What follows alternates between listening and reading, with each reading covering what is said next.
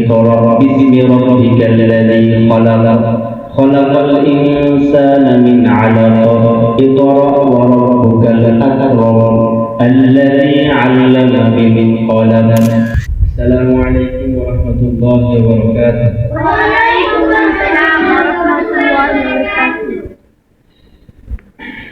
نحمده ونصلي على رسوله الكريم أما بعد أعوذ بالله من الشيطان الرجيم بسم الله الرحمن الرحيم اقرأ باسم ربك الذي خلق خلق الإنسان من علق صدق الله العظيم কেমন আছেন সবাই? আলহামদুলিল্লাহ। আমরা সবাই মাদ্রাসায় আসছি ইলম শেখার জন্য। কিসের জন্য বলেন? ইলম শেখার জন্য। কেউ স্কুল থেকে আসছো, কেউ আগে মাদ্রাসা হয়তো একটু পড়ছো, আবার কেউ হয়তো পড়ো নাই, একেবারে শুরু। আমরা ইলম শিখবো আল্লাহ তাআলাকে সন্তুষ্টির জন্য। কাকে? আল্লাহ তাআলাকে সন্তুষ্টি। কাকে বলো? তাআলাকে সন্তুষ্টি। সবাই বলো আল্লাহ তাআলাকে সন্তুষ্টি করার জন্য। নাকি টাকা কামানোর জন্য? কথা বলো। সন্তুষ্টির জন্য। যারা ডাক্তার হয় এবং ইঞ্জিনিয়ার হয় তারা টাকা কামানোর জন্য হয়। কিসের জন্য? টাকা কামানোর জন্য। রোগী দেখবে টাকা পাবে, রোগী দেখবে টাকা পাবে। আমাদের বিষয়টা কি এমন? জি না। আমরা কোরআন হাদিস শিখব একমাত্র আল্লাহ তাআলাকে সন্তুষ্টি করার জন্য, এবং আমরা কোরআন এবং হাদিস শিখব আমাদের জীবন পরিচালনার জন্য। কিভাবে নামাজ পড়তে হয়, কিভাবে রোজা রাখতে হয়, কিভাবে কতটুকু টাকা হলে যাকাত দিতে হবে, কতটুকু টাকা হলে যাকাত করতে হবে, এটা আমরা শিখার জন্যই তো মাদ্রাসায় আসছি, ঠিক না? হ্যাঁ, কথা বলেন। আমরা ইলম শেখার জন্য। কি শেখার জন্য? ইলম শেখার জন্য। এই শিক্ষার কথাও আল্লাহ তাআলা কোরআনে বলছে। কিসে বলছে? আল্লাহ তাআলা সূরা আলা জানতে করে বলেন ইকরা বিসমি রাব্বিকাল্লাযী খালাক খালাকাল ইনসানা মিন আলাক ইকরা ওয়া রাব্বুকাল আকরাম আল্লাযী আল্লামা বিল কলম।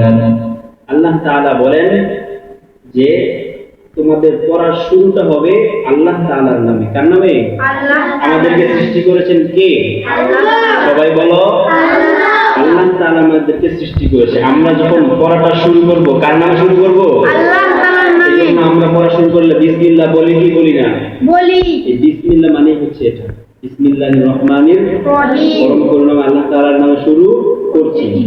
তাহলে আমরা সব সময় পড়া শুরু করার সময় বিসমিল্লাহ বলি কি বলি না? বলি। আল্লাহ তাআলা বলেন মানুষকে শিখিয়েছি, মানুষ যা জানতো না আমি মানুষকে তা জানিয়েছি, শিখিয়েছি। তাহলে আল্লাহ তাআলা আমরা যা জানতাম না আমাদেরকে জানিয়েছেন কে? আল্লাহ। আমরা যা জানতাম না জানিয়েছেন কে? আল্লাহ। আল্লাহ তাআলা। তার মানে আমাদেরকে আল্লাহ শিখাইছে না?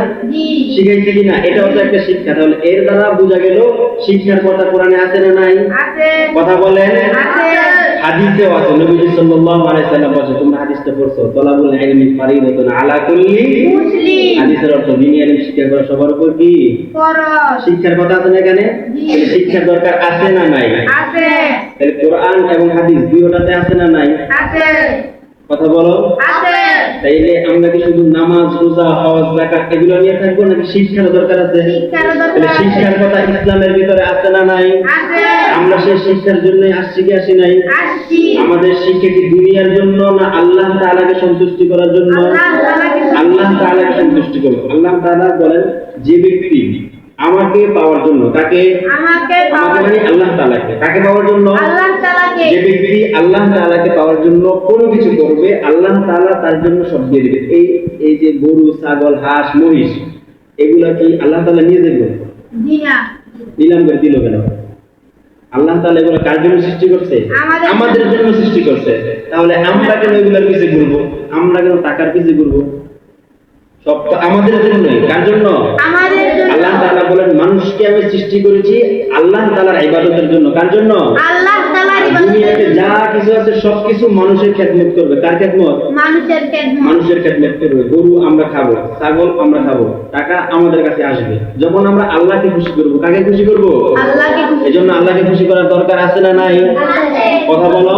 আছে এজন্য ইলম শিখার দরকার আছে না নাই? আছে ইলম শিখবো কাকে সন্তুষ্ট করার জন্য আল্লাহকে নাকি টাকা কামানোর জন্য? আল্লাহকে জিন্দিগিতে না। তার কারণ যারা দুনিয়া শিখে স্কুল কলেজ ভার্সিটিতে যারা পড়ে তারা টাকা কামানোর জন্য। বলতে পারো কিভাবে?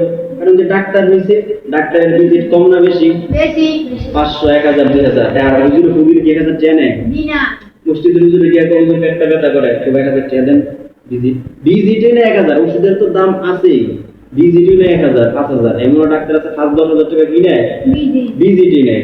ইঞ্জিনিয়ারে আনবা, আমরা একটা বিল্ডিং করবো, প্ল্যানিং দেন কিভাবে বিল্ডিং করলে সুন্দর হয়, সে বলবে 30,000 টাকা দেয়, শুধু বলবে কি।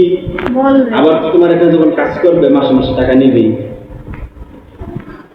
আর যখন হুজুরে গিয়ে হুজুর কিভাবে নামাজ পড়বো, কিভাবে রোজা রাখবো আমাকে শিখান, হুজুর কি কেউ 1000 টাকা দাও? বিনা হুজুর আরো কি হবে? খুশি হবে। কি হবে? খুশি হবে। আমরা যখন মসজিদে ইমাম সাহেবকে গিয়ে বলবো যে হুজুর আমারে কিভাবে সূরা ফাতিহাটা পড়তে হয় আমারে শিখান, হুজুরকে 1000 টাকা দাও, না খুশি হবে? তাইলে হুজুর যেমন খুশি হয়, আল্লাহ তাআলা যখন ইবাদত আমরা করব খুশি হবেন কে? আল্লাহ। আল্লাহ তাআলা খুশি হয়ে সব দিয়ে দিবেন। নবীজির একজন সাহাবী ছিল হযরত আবু হুরায়রা রাদিয়াল্লাহু তাআলা আনহু। কি? হযরত আবু হুরায়রা, হযরত আবু হুরায়রা। তিনি জিন্দেগিতে বহু কষ্ট করেছেন এই ইলমের জন্য। কিসের জন্য?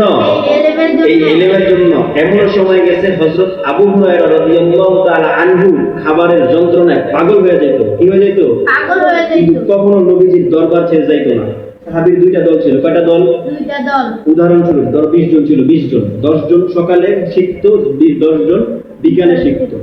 কিন্তু আবু হুরায়রা রাদিয়াল্লাহু তাআলা আনহু কখনোই নবীজির দরবার ছেড়ে যাইতো না। না, সব সময় থাকতো। সাহাবীরা জিজ্ঞাসা করলো, হে আবু হুরায়রা, তুমি কেন নবীজির দরবার ছেড়ে চলে যাও না?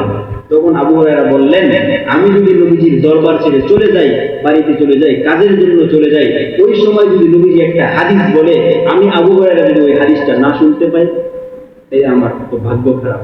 এই জন্য আমি আবু হুরায়রা নবীজির দরবার ছেড়ে যাই না। একটা সময় হযরত আবু হুরায়রা রাদিয়াল্লাহু তাআলা আনহু খাবারের যন্ত্রণায় পাগল হয়ে গেছে। কি হয়ে গেছে? পাগল হয়ে গেছে। পাগল হয়ে ছটফট করতেছে, মানে জমিনে লাফালাফি করতেছে। দেখবেন অনেক সময় পাগল হয়ে গেলে লাফালাফি করে না, মির্গি রোগ হইলে।